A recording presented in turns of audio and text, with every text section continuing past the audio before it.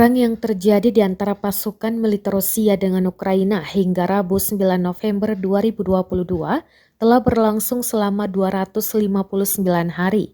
Konflik antar negara bertetangga tersebut sampai saat ini terus berlanjut dan belum tampak tanda-tanda untuk segera berakhir.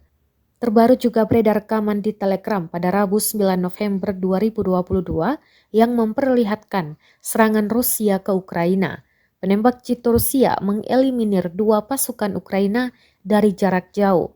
Serangan tepat mengenai sasaran. Dua pasukan Zelensky tersungkur dan dikabarkan tewas.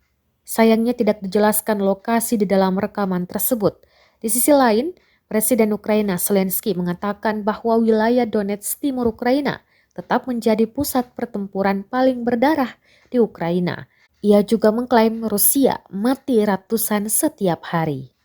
Ракетными войсками и артиллерией поражены 7 пунктов управления в районах населенных пунктов Ивановка, Крахмальная Харьковской области, Водяное, Павловка Донецкой Народной Республики, Новая Каменка, Давыдов-Брод, Белогорка Херсонской области, а также 72 артиллерийских подразделения на огневых позициях, живая сила и военная техника в 186 районах.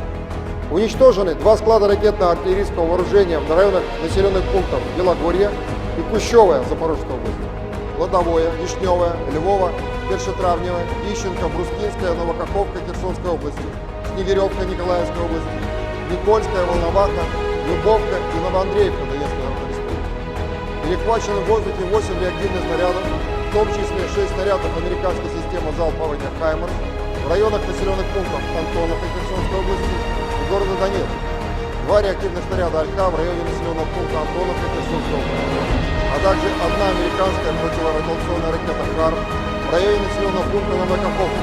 В районах населенных пунктов Берестовое, Егоровка, Евгеновка и Валерьяновка Донецкой Народной Республики.